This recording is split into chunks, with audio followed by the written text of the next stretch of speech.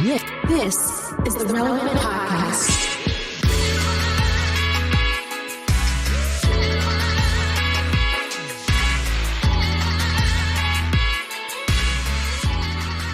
It's episode 1191, and it's the Relevant Podcast here in Orlando. I'm your host, Cameron Strang, and joining me from Loverland, Virginia, is Jesse Carey. Hello, hello. From Nashville, artist, producer, mogul, Derek Miner. What up, though? And just down the street there in Nashville, our managing editor, downtown Emily Brown. Hey, y'all. Hey, everybody. Why are you laughing, Jesse? Well, we've discussed this hat you're wearing before. It says God's silliest goose, and I think Marty owns a similar one. And I was just thinking about like how difficult it would be to have a serious conversation with you if you're wearing that hat. Like if you were like, imagine if you had to bring in an employee and reprimand them, and you're wearing a God's silliest goose hat. I would dress for the occasion. I would wear a top hat or something. Yeah, dude, I throw on caps in the morning. I work from home. I don't think twice about them. That's what I'm saying. Like, half the time it's a dare hat. Half the time it's a magic hat. Half the time it's God's silliest goose. I don't know. But you forget what you're wearing. You're like, I got to go pick up Cohen from school. Got to swing by Home Depot on the way home. I get the weirdest looks out in public, and I don't know why, because I forget what I'm wearing. You know what I mean? That's what I'm saying. Like, I would love for you to be at like Home Depot, and you and like a guy in a work truck are like pulling in for the same parking spot up front, and it's Home Depot. So those front spots are really valuable because you're carrying a lot of heavy stuff back to load, right? You got a bunch of bags of mulch or something. And so you get in a heated exchange about who was there first, and you're screaming at a guy, but you're wearing a God's silliest goose hat. Like, or he's screaming at me, more likely. He's like, and then he sees my hat. Oh, yeah? It's like the Nate Bargatze, the first album where he talked about his dad was a professional clown, would come home to work, but still have to discipline the children. And the album was called Yelled At by a Clown. I just never leaves you. Yeah. Well, yeah, there you go. Like that. It's like that early episode of The Office where Michael has to fire a guy on Halloween. He like he's put it off in a costume. And they're in costumes like when he's firing. What was this? Was that the one where he has another Michael on his shoulder, or was that a different one? Or no, that was the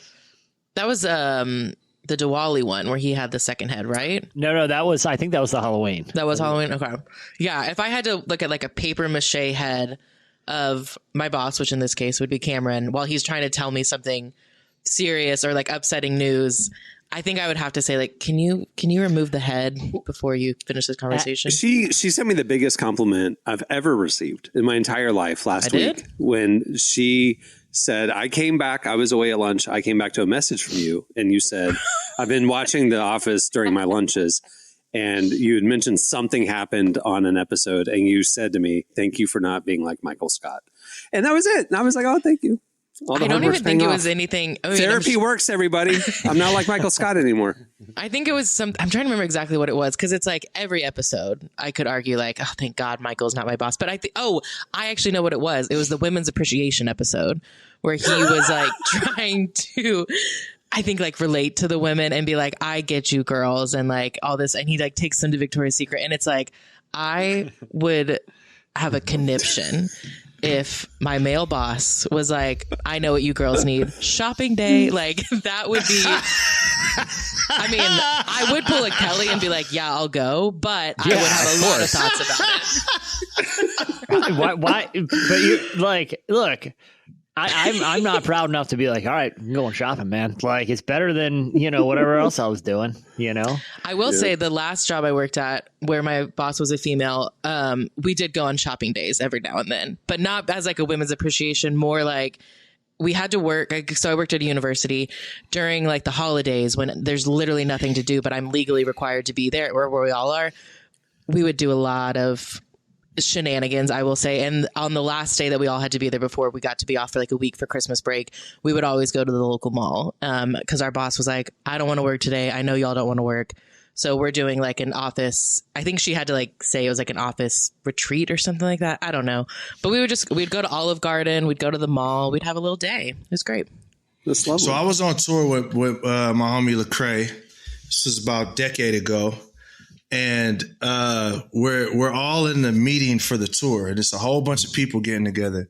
And the guy that's over the tour is like, "Hey man, this gonna be a great tour. We're gonna have a great crowd. We got cornhole for everybody else, and for Lecrae and your posse, we got basketball goals out in the back." No.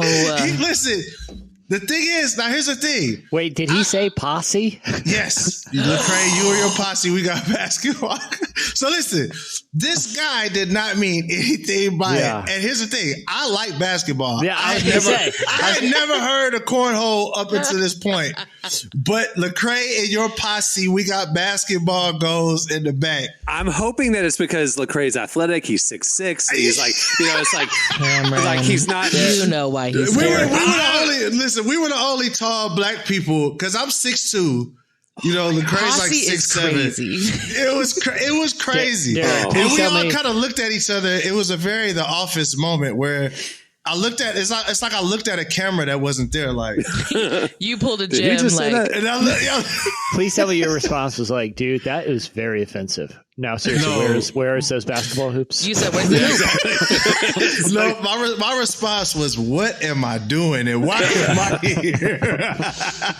Posse really threw it, Those are the words verbatim. Lecrae and your posse. For Lecrae and your posse, we got basketball goals. That is literally Michael talking to the warehouse guys. Like, that's actually what he would say. Remember when he went down there to Bond and he got pizza and he asked the delivery guy, do black people like pizza? And then it cuts to them all eating and the warehouse guys are eating and Michael's like, they like pizza. I did it.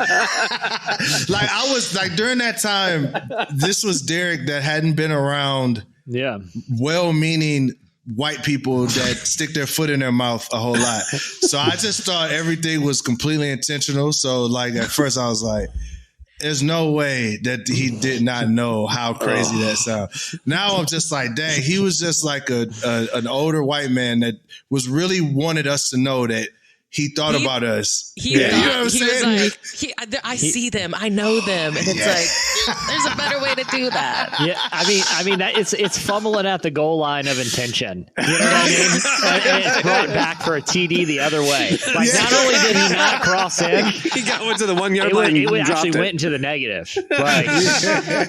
For sure. That's funny. Fumbling at the 1 yard line of intention. That is a great phrase. It's a great analogy for sure. Wait, so did y'all invite him to play basketball with y'all? No, we did not.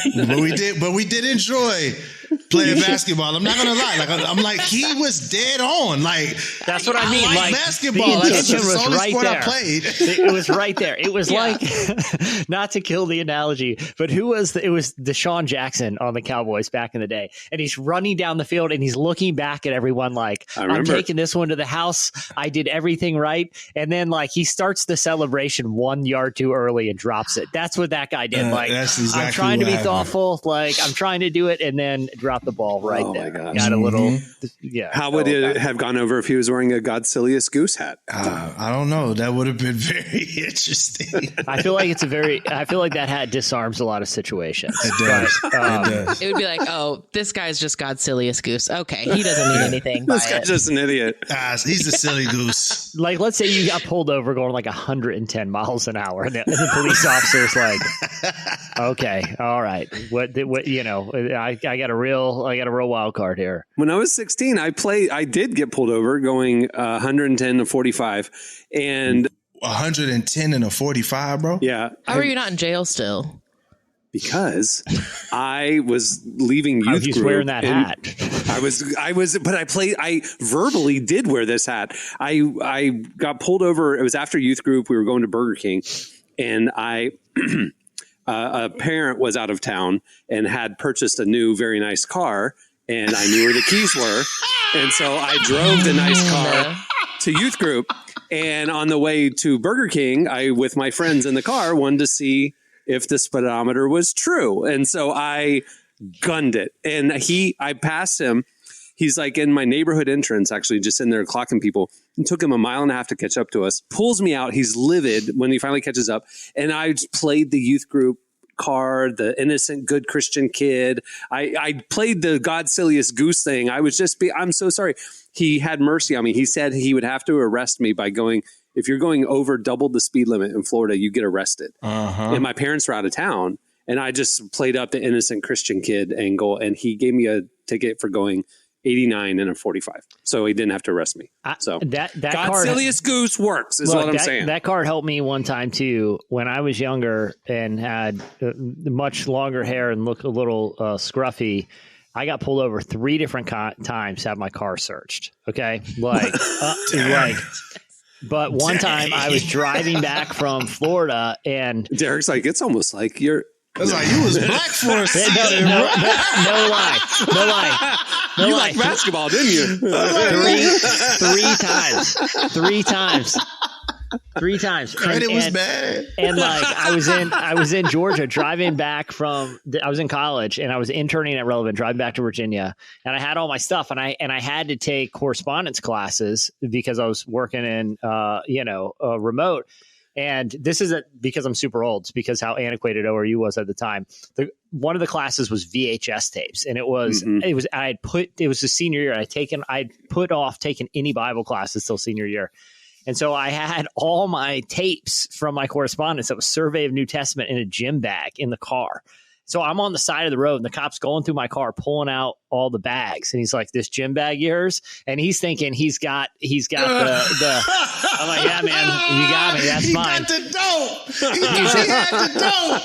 He unzips it and it's VHS tape. So it feels like there's something packed in there. There's bricks. You got bricks of cocaine in there. And so I'm on the side of the highway. Theology in there, boy. I'm on the side of the highway. And he unzips it and he puts it on the hood of the car and he comes walking over and he's like, son, are these your religious tapes? I was like, yes, sir, they are. He goes, all right, you can get out of here. And I was like, all right, it works. I'm telling you, keeping your backseat a Godsilius Goose hat and a big old bag of VHS Bible tapes, and you can get out of anything. If there's any black people listening, y'all know what to do. Go get you some VHS tapes of the Bible. Put that one in the back, bro. It's going to work. It worked. This is the tips that white people don't tell you, bro. Like, they keep this away from us. You got to have a Godsilius Goose hat, and you got to have some Bible tapes in the back. You never go to jail. They ain't trying to waste their time. No, listen. Okay, one of my friends keeps a Bible in her glove compartment, and she's been pulled over. I mean, I'm not even kidding. Probably like 20 times because she refuses to go the speed limit. But every time she gets pulled over, when she has to like reach for her insurance, she pulls the Bible out, hands it to the officer, and says like, "Oh, can you hold this for me?" Like while she's getting the rest of her insurance out. And shocking, almost every single time they always go, okay, well, I'll just give you a verbal warning this time. Like, go with you, whatever. And I've told her, I'm like, that's 3D chess. I said, I do think that could be using the Lord's name in vain. Like, if I think that's what God was talking about. I can't confirm. Wasn't there when the 10 Commandments were written. Does she occasionally pull over and read it? Because I feel like that helps. I generally think she has. Well, she does. I think she just uses like her Bible app or whatever. I don't know, but probably should check on that. I think like she just keeps this in her car at all times in case she gets pulled over. That's 3D chess, Emily. Hey, Emily, we already talked about your friends on this show a couple shows ago. You got some friends, cuz. I got friends in high and low places. Yeah. Well, we have a great show in store for you today. Coming up later, we talked to a New York pastor, Rich Villodas. He has a new book out. It really caught our eye. It's really interesting. It's about how to actually live out like the Sermon on the Mount today, like how to be a Christian that Jesus told us to be. It's a good and challenging conversation. Don't miss that. We also, at the end of the show, we're bringing back 5-second rule. 5-second rule. Guys, I mean, you guys kind of know this. The listeners don't. We're not making any official announcements yet, but some changes are coming to the show soon, next month. We're debuting some new things. And part of that is these silly little games that we play at the end of the show are going to be evolving. So this is probably our last edition of 5-second rule today. Look at me. I'm moving things forward, but I'm also getting sentimental at the same time. So savor this one. Yeah. We have a special edition of 5-second rule coming up at the end of the show. All right, stay tuned. Right now, up next, it's Slices.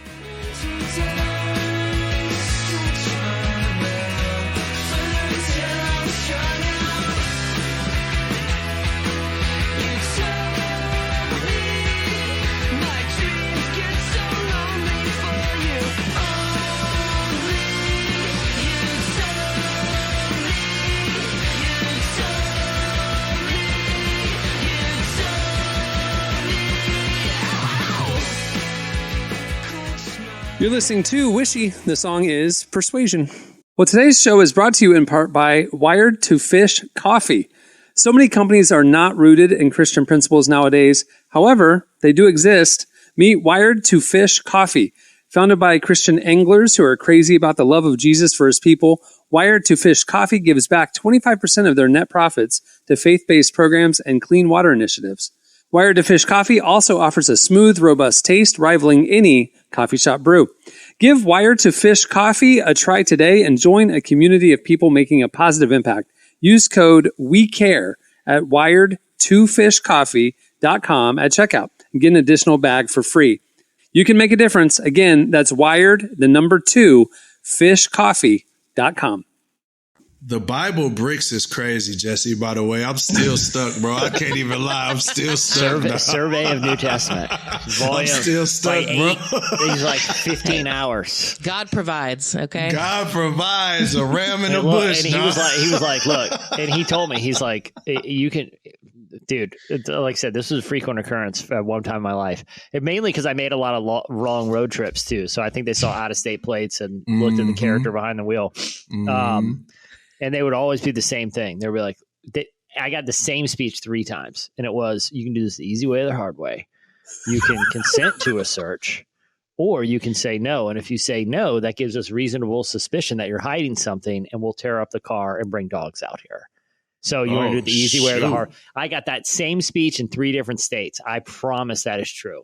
What did you choose? I was like, go for it. Search it. I don't care. I was like, I don't want you, I wasn't, thankfully, I wasn't smuggling any illicit substances other than Bible tapes. That boy was smuggling the Bible. Yeah. That's so funny. All right, it's time for Slices. What do you have, Jesse?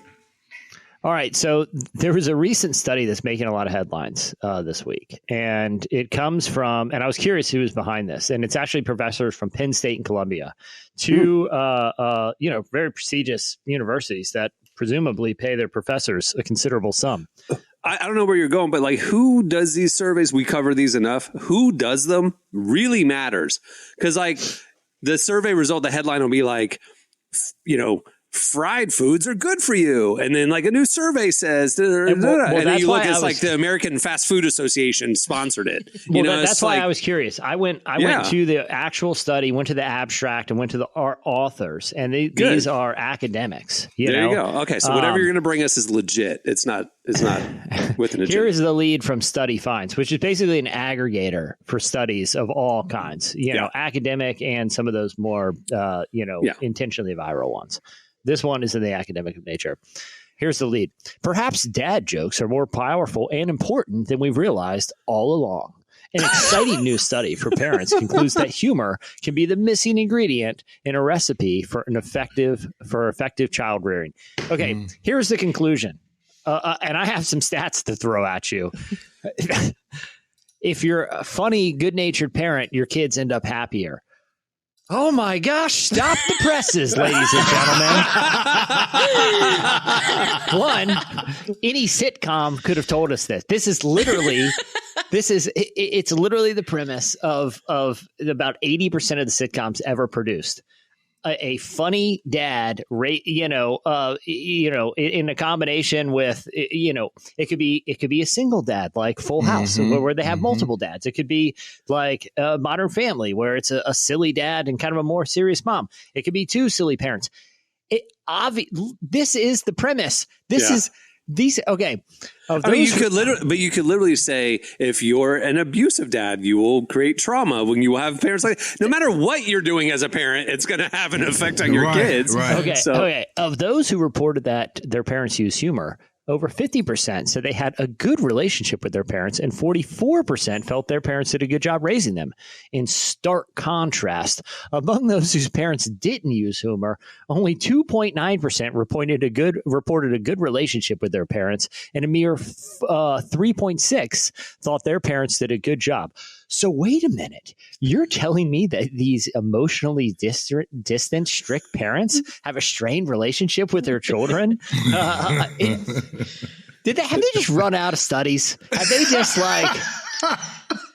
This does feel like something that it's like, of all the things you were studying, like, I want to know like specifically the professors behind it. What's their childhood trauma that they were trying think about to the grants and the public money that funds Penn State University and whatever. And Columbia. This is what's coming out of it. Yeah. Columbia's Ivy League. What color the sky is. Like, it's just like, okay, we don't need to do this. Like, there's some breaking news study finds that when rain, you're thirsty, a drink can actually help quench. Whoa. Wait, let me write that down. New study finds when it rains, things get wet. Why are y'all frying these professors right now? It's just like, why are you kidding? These are the laziest. I'm sorry. This is the laziest study I've ever heard. Like, were they on deadline or something? Where they're like, we just got to come up with something quick that we know is going to work. You know what? I think they forgot about the assignment. They were showing up for the meeting. They just had to come up with something real fast. Anyway, but I also think these people are like so smart and detached from like normal life sometimes that you know what I'm saying? Yeah. Like it's like they're so structured. Like when you're really, really successful, really, really smart, that in their mind,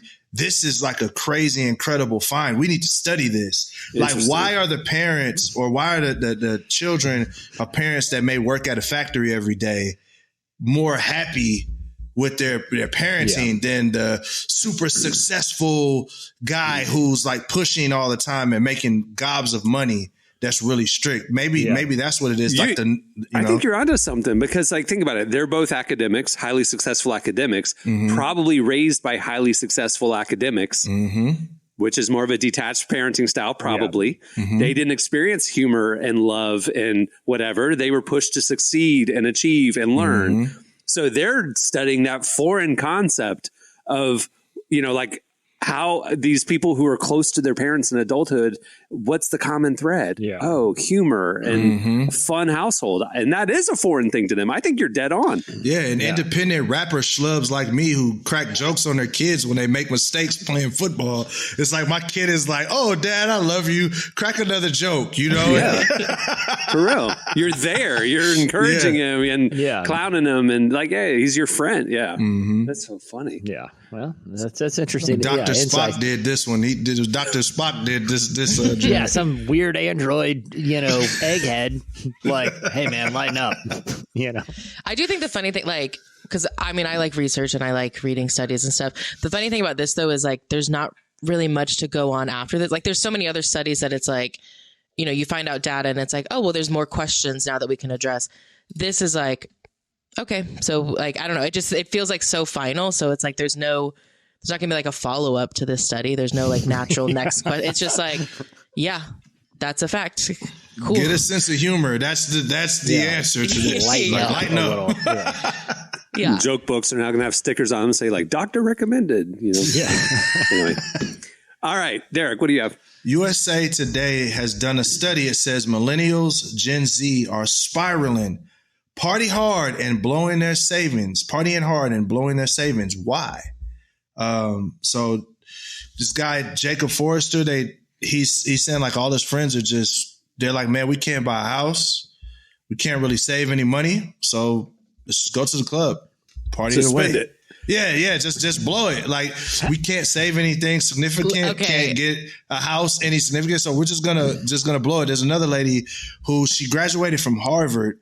And right before her anniversary or her reunion, she lost her job, and she was nervous. Like, should I even go to my reunion?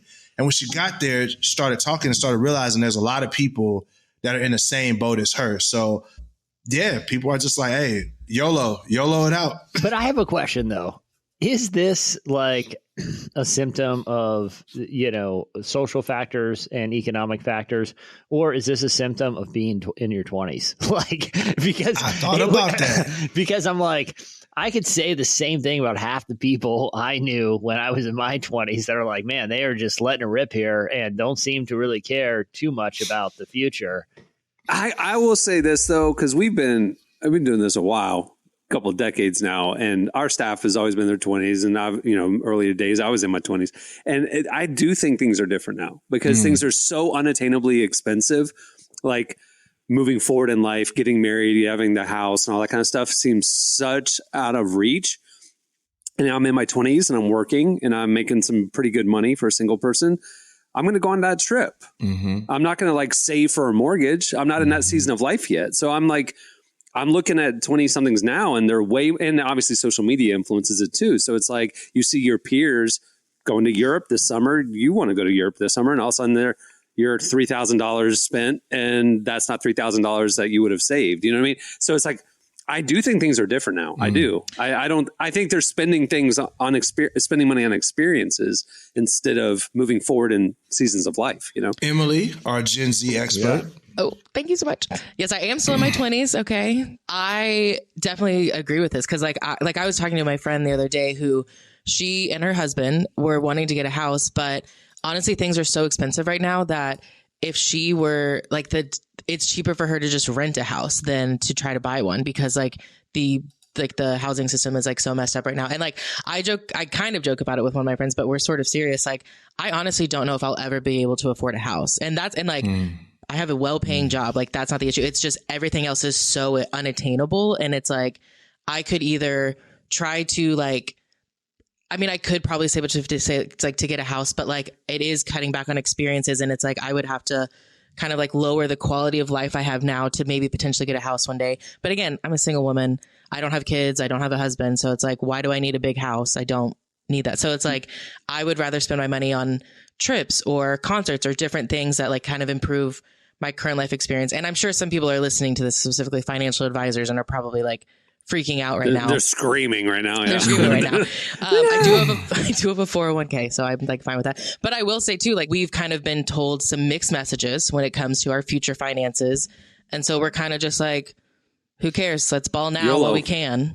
Yeah. Yeah. Me and my wife are looking at a house right now. And while I'm looking at these prices, I thought to myself, I don't know how you can afford a starter home in this economy. You have to be making some bags to get us, because we were able to get a home that, and at the time it was like a stretch for us. Like we were like, man, we don't know, but we're going to do it. At least we could walk out on faith. And by the grace of God, we've done well. We got to participate in the inflation in the housing economy. So it's good. But like, if I'm thinking of someone going from renting to wanting to own, even if the market retracts after you buy and you have this big payment, I would feel really, really bad for you. Yeah. Yeah. I mean, right now the median house price in the U.S. is $417,000 median. So your starter homes, at the best you're going to get is $350 or something like that, right? So $350, 20% down, you got to save up $70,000. You're in your 20s, you got to put 70 down. Plus, it's probably going to need some fix ups and different things. Right. The only friends I have my age who have like a mortgage and a house and stuff are that's dual income, like they're married. At least one of them is in a like executive position with their job, or they are a doctor. Those are it's only a handful of them, but it's like they have very high paying jobs. But like I have friends who, obviously not all of them are executives or doctors, they're teachers or pastors and stuff. And it's like, they're just renting houses because it's like, that's the best they can do. And they're like, I think if I speak for a decent amount of 20-year-olds, I'm fine not owning a house right now. Like I'm very happy in my little apartment. I don't need a house, but I like the idea of like, oh, when I own a house one day, like I don't dream about that because I don't think it's going to be a reality anytime soon. So I just kind of don't go there. And you know, this is not financial advice, but you know, they have the FHA option, which is, you know, put 3.5% down.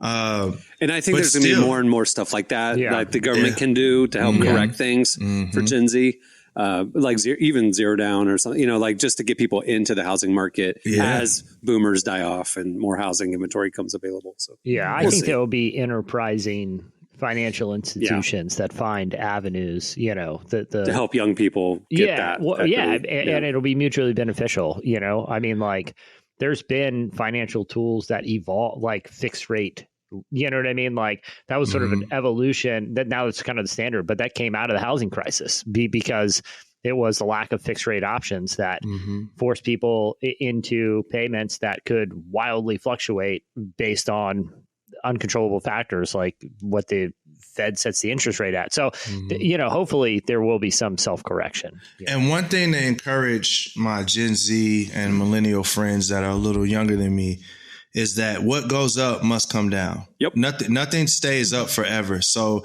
be patient. Like stuff is going to come down. Like even right now, I was looking at houses. One house I was looking at just dropped $50K overnight. Like so it's what goes up must come down. Just be vigilant. But the thing that alarms me is the idea of like, well, I can't afford it, so let me just spend it. I think a good idea is to say, I can't afford it now. Let me bank it and be patient and wait. Because what goes up is going to come down eventually, and it'll be my time to hop in. There's also the thing of like 30 years ago, people were getting married at 24, and now they're getting married at 34. Yeah. And so now I've got 10 years of my life as a single person where I don't have kids and all the other things that make new seasons of life happen. So it's like, I have a little more money.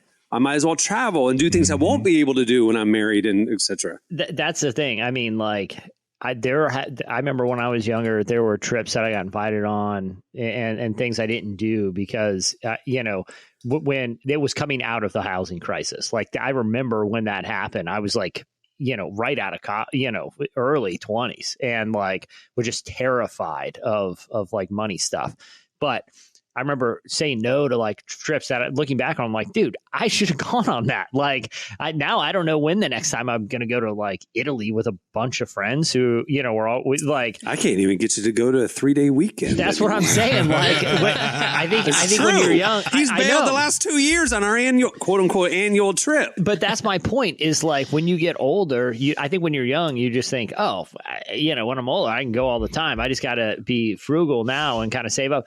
The reality is life gets chaotic and busy when you're older. It's hard enough, dude. I mean, you guys are probably in the same boat. It's hard enough sometimes to get a bunch of people to find the right night to go out to dinner, much less like go out of town with. Like literally everyone's like, well, I got this night. I can't do this. My advice to anyone younger, I know like Dave Ramsey is shaking his fist.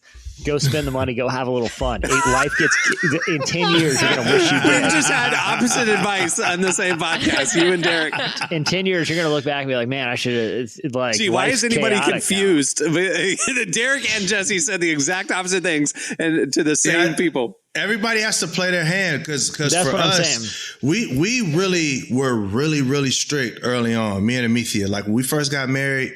We went really, really strict, but now my kids are up some size and we gone, my wife, she'll pop out on me in a minute. She'll be like, yo, I'm going to Puerto Rico for 3 days. I'm like, all right, me and the kids, it is what it is. So I think it just depends on the family dynamic you have to do. Either way works as long as you have a plan.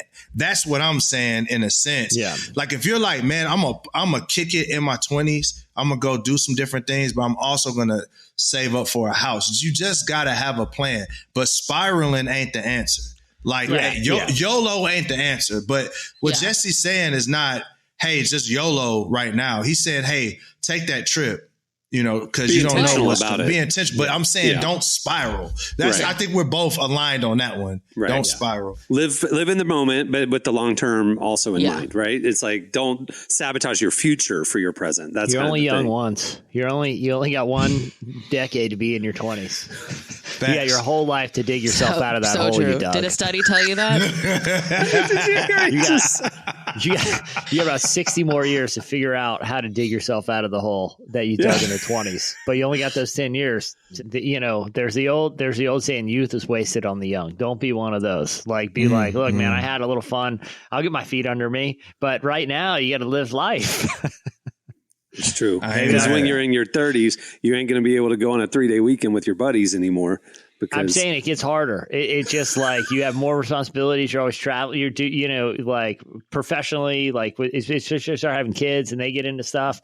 You start looking at your calendar and you're like, dude, I have something if I get invited again, I'm not going to sit here. This sounds like, such first world problems, but like you look at your calendar, you're like, I got social obligation, I got weddings, all this stuff. And it's like, I got to find just a Saturday, much less, that's what I'm saying. In your 20s, go have fun. We have the exact opposite life.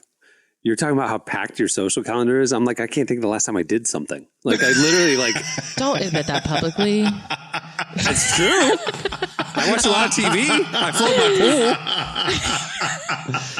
pool. I enjoy my life. I'm the opposite of that. You're all stressed out about, I got weddings and friends. I'm like, oh, okay. I'm so popular. It's What's so that frustrating. like? No, I'm just saying, as you get With older, my friends while I float in the pool by myself. That's my social life. I'm just saying, as you get older, it gets harder to justify doing stuff and harder to logistically do stuff. Hey, can we do a love connection game for Cameron on here one day? We're good. Can we? No, that's look. You subject us to so many different games. I want to do love connection for Cameron. Emily, what do you got? I also have, kind of similar to Jesse's, I have a really super scientific study from researchers at Arizona State University and the University of Texas at Austin that ugly people are going to die quicker. Hate to say it. So, Yo, what? That's not my words. That's you science gotta words. unpack that, Emily. You can't just drop that. That's crazy. Peace out, uglies. Wait, yeah, for real, unpack this. Yeah. Okay, so again, those are not my words. That's science's words. So don't get mad at me. No, genuinely, there is a study that was published this week that ugly men live less years than more attractive men. They live longer. So why? They studied 8,000 people from the time that they were in high school to the time they got older. And they ranked them based on attractiveness, which to be honest, I think the science gets kind of weird there. Cause I'm like, how? Like, I think it is based on like kind of like the stereotypical, like, I would say like Western beauty ideals is what they kind of say. Like there's just certain qualities that are considered more attractive, like whiter eyes or symmetry, your cheekbones, face symmetry, different things like that. But they found that people who were considered conventionally less attractive just happen to live less lives. Now, is their ugliness causing them to die quicker? Like, what is the factor here? That's funny. Like, what is the correlation here? Okay, hold on. Maybe what is it like? Okay, if you're more attractive, quote unquote, conventionally, that means you're probably more fit. You're more whatever. So you have fewer health problems. You maybe take care of yourself, like as far as like moisturizing and showering and things like that. Yeah, I think there's a link between social and professional opportunities for right. No, there is. Like you get better jobs, you make more money, which means you have more money for doctors and health. That makes sense. Yeah. So that is what it is. It's like it's the health factor of it. Like you're taking care of your body. And so you do things that typically make your life longer. But also it's the social aspect is a really big part of it because there are studies that show like if you are isolated, then you're more likely to be depressed, which like depression can lead to, more problems there. Like there's just kind of like almost this like snowball factor, but I think it's crazy kind of going back to Jesse's point that someone at like actual research study was like, do ugly people die quicker? Like that is a crazy thesis. 8,000 people over the course of decades. I mean, this wasn't a small study. That's crazy. Yeah. That's crazy. But how do they account for like glow ups? You know what I mean? Like it's like we started following if you get a this BBL, person. You just added 7 years to your life. But is what you're saying. That's what I'm saying. That's what I'm saying. Like you said, this took a course over decades. So like early in the study, if you were on the ugly side, and then like you just blossom late, and you're like, oh dang, or they got a nose job. It really, it's going to throw off the whole study. That's funny. Well, maybe that's the natural follow-up study is how does a glow up affect your life? Or we've seen it go the other way. Someone who started off, like, oh, this is a real they peaked in high looker. school and then they became an uggo. Yeah. What is the effects of a BBL? Like that's the next study. What are the that's what I'm saying. BBL effects? I like the research that's like, I have more questions now. Like Jesse's research was like, yep, got it, understood. This one, way more questions than answers. And so I'm glad we're talking about this. The future, basically, what you're saying is going to be that we're all going to live in the Golden Bachelor because all the ugly people will be gone. And it's just going to be a bunch of us good-looking old people walking around. I love it. I'm looking forward to it. It's great. Yeah. All right, that'll do it for Slices. Make sure to check out relevantmagazine.com every day where we are covering the intersection of faith, culture, everything in between. These studies would fall into the everything in between category. And don't be ugly so you can live longer. Yeah. Stay tuned. Up next, Rich Villodas joins us.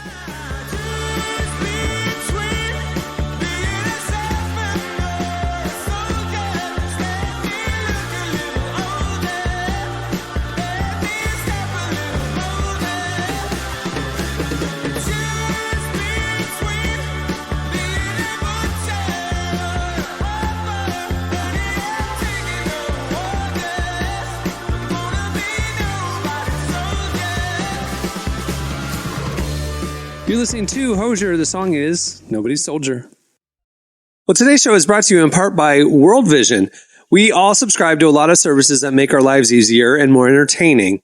But as followers of Jesus, we should want to seek first the kingdom of God in all areas of life, including our spending. That's why I'm so excited about a new kind of subscription through World Vision. Not one for myself, but for others. It's called Believers for World Change. And when you sign up, you're joining a community of change makers working to help end extreme poverty around the world and here at home. World Vision is a Christian humanitarian organization that works with children, families, and communities to reach their God-given potential, focusing on things like gender equality, spiritual nurture, and access to clean water, education, job training, and healthcare, so the entire picture of poverty can be addressed. Let's subscribe to something new together. Subscribe to World Change today at worldvision.org. Again, that's worldvision.org. Well, our guest today is Pastor Rich Villodas from New Life Church in New York City. He's been talking lately about how Jesus' teachings are really countercultural to the way the world operates, especially in 2024, and how a lot of Christians don't actually follow those teachings of Jesus and don't look like the things that he said we should do. So we want to talk about that and get some practical tips on how we can live a countercultural life in 2024 and how small daily changes can have a big impact. Here's our conversation with Rich Villodas. You know, something that I find really interesting about the Sermon on the Mount is that it is probably Jesus's most famous teaching, and yet it is one of the most ignored sermons by Christians, just when we think about living it out in our day-to-day lives. I'm curious, why do you think that is? I think one of the reasons that it's the case is because somewhere along the lines, there was this idea that the Sermon on the Mount was not really about being lived, but it was a way of God letting us know that we can't live this life, and therefore we are to trust in God for our salvation, trust in God for our forgiveness. In other words, that we can't live it out, therefore trust in God's grace. And I think the emphasis has been on we can't live it, trust in God's grace, as opposed to what does it mean to trust in God's grace so that we could actually live this thing out? And so I think part of it is along the way, the theology around the Sermon on the Mount was not on the actual practice of it, but our inability to do it. Moreover, I think kind of a subset of that is the teachings of Jesus in the Sermon on the Mount are often can come across as so extreme and culturally subversive that lots of people have a hard time actually with it. And so what does it mean to turn the other cheek? When Jesus talks about like lust, he says, gouge your eyes out. Like people are just like, this sounds a bit too extreme. And so I think I'm just going to stay in another place in the Bible. But I think it's those two primary reasons why people, for the most part, have not given the kind of attention that I think the most important sermon ever preached requires. So in this sermon, Jesus talks about this narrow path that we're called to walk. And I think a lot of us maybe have a general idea of what it is, but I'd love to know practically, what does this narrow path look like compared to the broad path that everyone else is walking? Well, the narrow path, at the end of the Sermon on the Mount in Matthew 7, Jesus says, enter the narrow way because, that's the that path that leads to life. But the broad way is the way that leads to destruction. And so at its core, the narrow path is following the teachings of Jesus, but having a heart of communion with him. So it's not just following his teachings. It's really a life of communion and conformity to his teachings. And the narrow path is a paradox, I think. And I think you can't understand Christianity without understanding how radically paradoxical it is. That it says to be first, you have to be last, to be greatest, you have to be least. And in this case here, I think it's a paradox that the spacious life that we all long for actually flows through this narrow path. And the controlling image for me is actually comes from one of the Harry Potter books, which I realize every time I say Harry Potter these days, I'm offending someone across the spectrum because of the author. It's just like the book and the author, depending on who I'm talking to, they're like, what? So, but in one of the Harry Potter books, The Goblet of Fire, there's this moment in the book and in the movie where Harry is with this family called the Weasleys, and they're entering into this small tent. And but the tent had been charmed, enchanted, so that when they walked in the tent, it was actually very spacious on the inside. On the outside, it looked very small, and the entryway was narrow. But on the inside, it was very spacious. And for me, I remember reading the book and watching the movie. I thought, oh, this is what it means to follow Jesus in the narrow path. On the outside, it looks very restrictive. It looks very constraining. But actually, when you get on the inside, there is spaciousness, there's life, there's joy. And I think that's what Jesus is getting at ultimately, that to follow him on this narrow path leads to the kind of spaciousness that we all long for.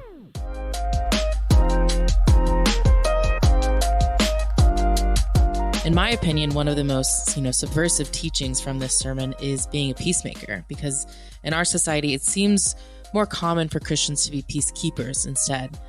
Can you help me understand the difference between the two? Yeah, Jesus calls us to be peacemakers.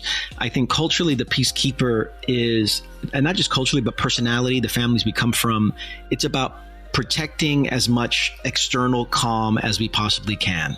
And so do everything that we can to give at least the perception that things are okay. But I think in that way, because you can be a peacekeeper without speaking truth. You can work for peace without living in reality. And so I think ultimately a peacekeeper is someone who advocates more for a false kind of peace, one that maybe looks peaceful on the outside, but really has not addressed the true realities on the inside or beneath the surface that need to be exposed. A peacemaker is someone who is willing, in the name of Jesus, to speak clearly as it relates to what's wrong with the world, and at the same time do it in a way that contributes towards peace and not hostility, that contributes towards reconciliation and not further division. But a peacemaker is someone who dares to live in truth and at the same time seeks to remain emotionally close with people. And that's a very delicate dance, which is why in the Sermon on the Mount, right after Jesus says, "Blessed are the peacemakers," he gets into this whole thing about being persecuted, that to speak truth, even in a way that's kind, often disrupts the status quo. And lots of folks get very upset about that, and that can lead to all kinds of resistance, violence. But I think the call that Jesus invites us to is one that does not shy away from truth, but at the same time seeks to communicate that truth in a way that promotes renewal, reconciliation, wholeness. In the Gospel of John, it says that Jesus is full of grace and truth. And I think that's the invitation of being a peacemaker.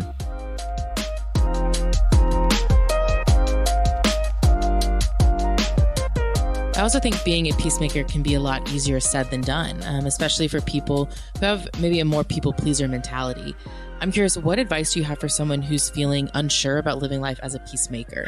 I mean, this is right up my alley here, because I think I think I will always be to some degree a recovering peacemaker or peacekeeper.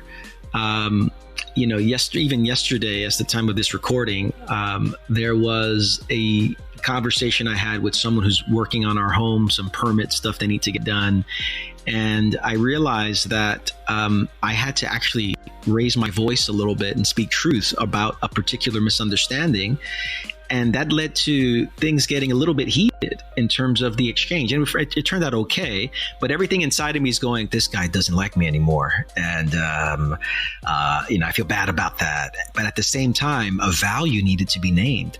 And so for someone who's thinking about growing in this area, I think it requires minimally three things around us. I think number one, it requires an interior examination as to what's the reason why we get so bent out of shape when it comes to having hard conversations, when it comes to addressing areas of conflicts. What's the story that I'm telling myself? What are the messages that live deep within me?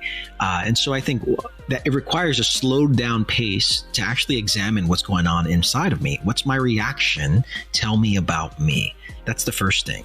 I think the second thing it requires is a community around us. I think we all need people when we're about to dive into some choppy waters in terms of hard conversations, in light of maybe taking a particular stance on an issue, that it requires community around us, people who are in our corner, people who can encourage us, people can help us see our blind spots, people who can pray with us.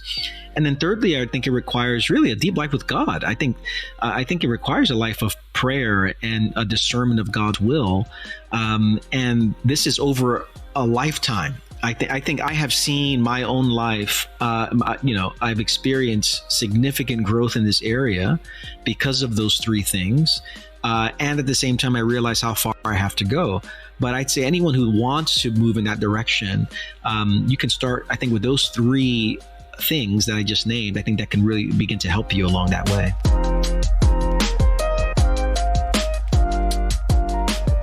That was Rich Villodas. If you want to see more of that conversation, head over to relevantmagazine.com. Also, check out his new book, The Narrow Path. It's available now. All right, stay tuned. Up next, it's 5 Second Rule, Christian Edition. Passion, never been flashy, never need a man to approve you. Seen the world try to crush you, but you show love to turn your cheek when they bruise you. Slide through the east and the west with a lot in my chest, but I know that you got me, yeah. Walk in this world full of death with a pep in your step, the foundation is solid, yeah. You own it, check, worth it, check, the perfect, check, reflection, let's go. Can it be you love me how you do? Can it be You're listening to Holvey. The song is True. Well, Relevant has a lot happening this year, and we don't want you to miss a thing. Make sure to sign up for our newsletter right there on the front page at relevantmagazine.com, and we'll send you our top 5 trending stories sent to your inbox every weekday. We'll also send you a weekly podcast newsletter with the latest episodes, some fan extras, and first peeks at the new shows that we're going to be rolling out throughout this year. Make sure to sign up. It's the best way to keep in touch with everything we got going on. Okay, it's time for 5 Second Rule. The rules are pretty simple here. You got 5 seconds to come up with the list or answer the question that I'm going to throw at you. I got a handful of them. This goes fast. Here we go. It's 5 Second Rule.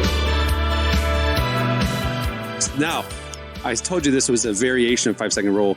This is a Christian edition of 5 Second Rule. Okay. So these are all Christian questions. Oh, no. Good. So here you go. Jesse, you have 5 seconds. Tell me 3 disciples. Matthew, Mark, Luke. Correct.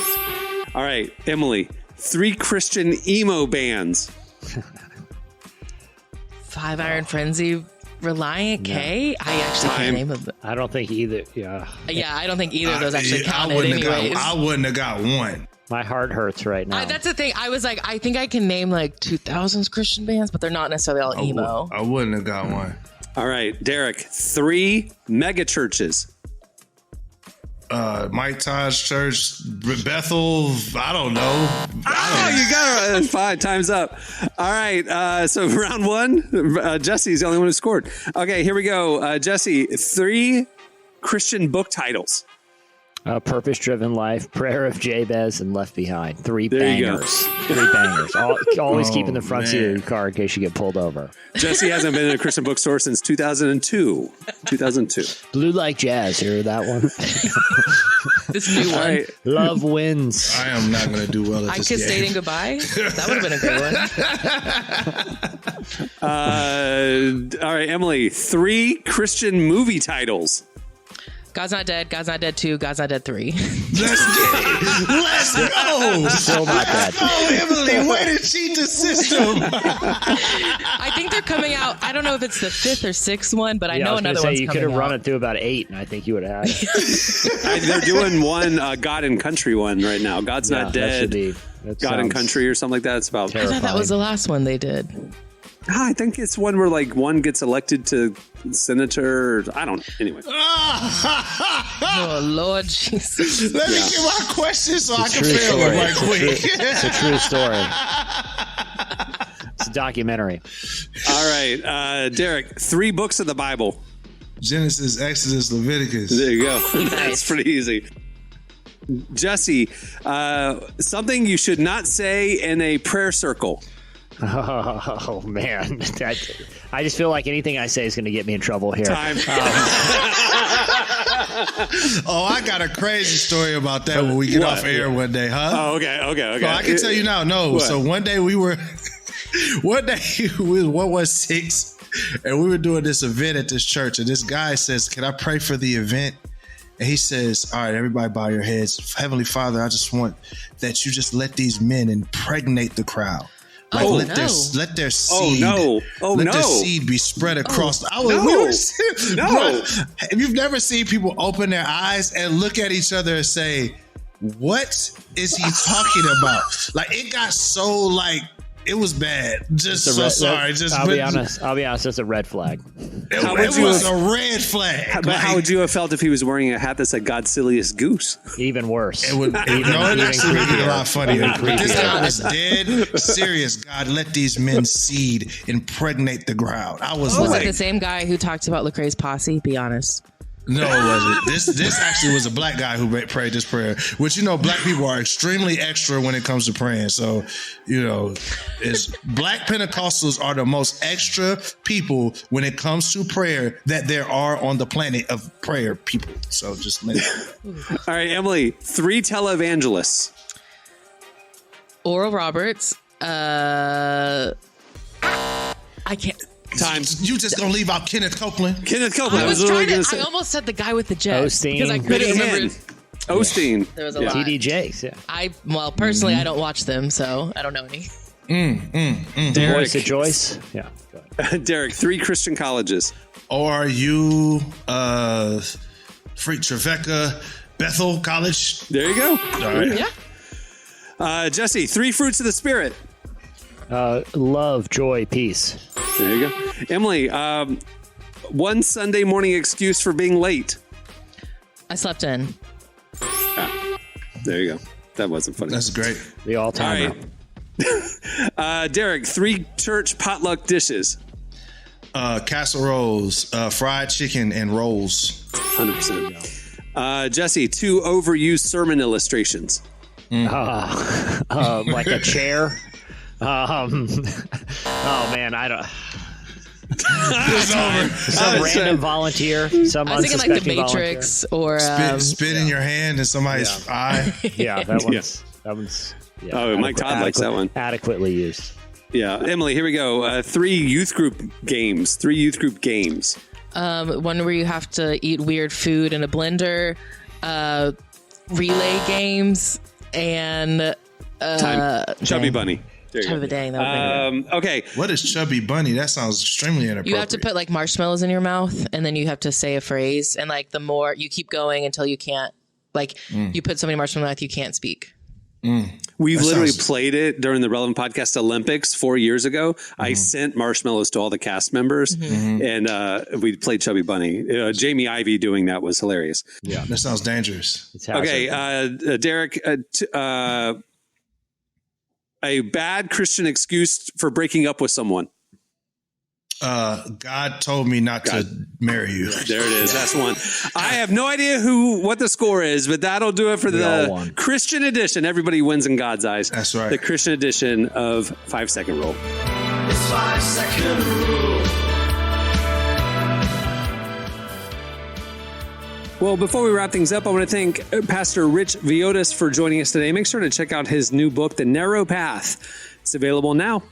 Also, make sure to check out the new issue of Relevant. The digital magazine is available now. You can read all the articles in the issue just by clicking on the magazine tab over at relevantmagazine.com. It's free. And if you want the beautifully designed and interactive digital magazine, you can get it with Relevant Plus. Plans start as low as $250 a month. You get the magazine, you get this podcast ad-free, and you also get an ad-free unlimited reading at relevantmagazine.com, plus more perks rolling out next month. All right, check it out. All the information is right there at relevantmagazine.com. All right, on that note, we'll wrap it. I'm Cameron Strang. I'm Jesse Carey. I'm Derek Miner. I'm Emily Brown. We'll see you on Friday. Have a great week, everyone.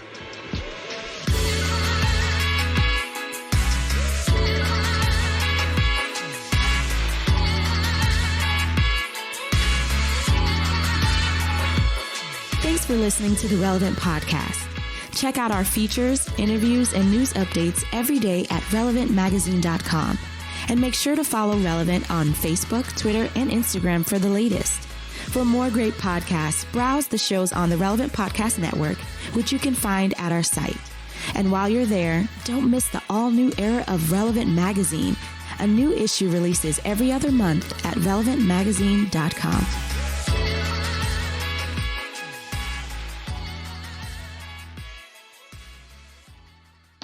It's fumbling at the goal line of intention. Relevant Podcast Network.